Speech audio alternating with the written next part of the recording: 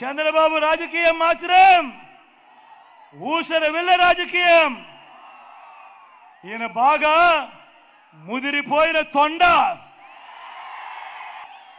ఒక పక్క 4% ముస్లిం రిజర్వేషన్లను రద్దు చేస్తామని శపథం చేస్తున్న పార్టీతో ఈయన జతకడతాడు. ఒక పక్క 4% ముస్లింల రిజర్వేషన్లు రద్దు చేస్తామని శపథం చేస్తా ఉన్న బీజేపీ పార్టీతో ఈయన జత కడతాడు. మరోపక్క మైనారిటీల ఓట్ల కోసం మైనారిటీలను మోసం చేసేందుకు ఈ చంద్రబాబు డ్రామాలు మొదలెట్టాడు. దొంగ ప్రేమ నటిస్తూ, ఒకవైపు దొంగ ప్రేమ నటిస్తూనే మరోవైపున ఎన్డీఏలోనే కొనసాగుతాను అని అంటాడు. నేను అడుగుతా ఉన్నా, ఇంతకన్నా ఊసరివెల్లి రాజకీయాలు ఎక్కడైనా ఉంటాయా అని అడుగుతా ఉన్నా.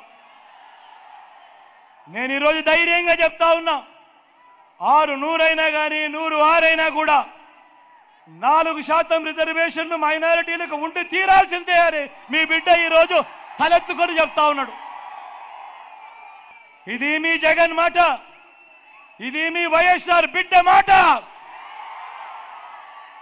దీనికోసం ఎందాకైనా కూడా పోరాడుతా. మరి బాబు, మరి చంద్రబాబు ఇలా మోడీ సభలో చెప్పగలడా?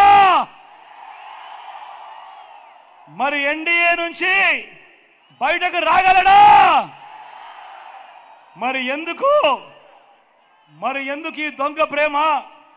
ఒకవైపు ఎన్డీఏలోనే కొనసాగుతూ మరోవైపున వాళ్ళు 4% రిజర్వేషన్లకు వ్యతిరేకంగా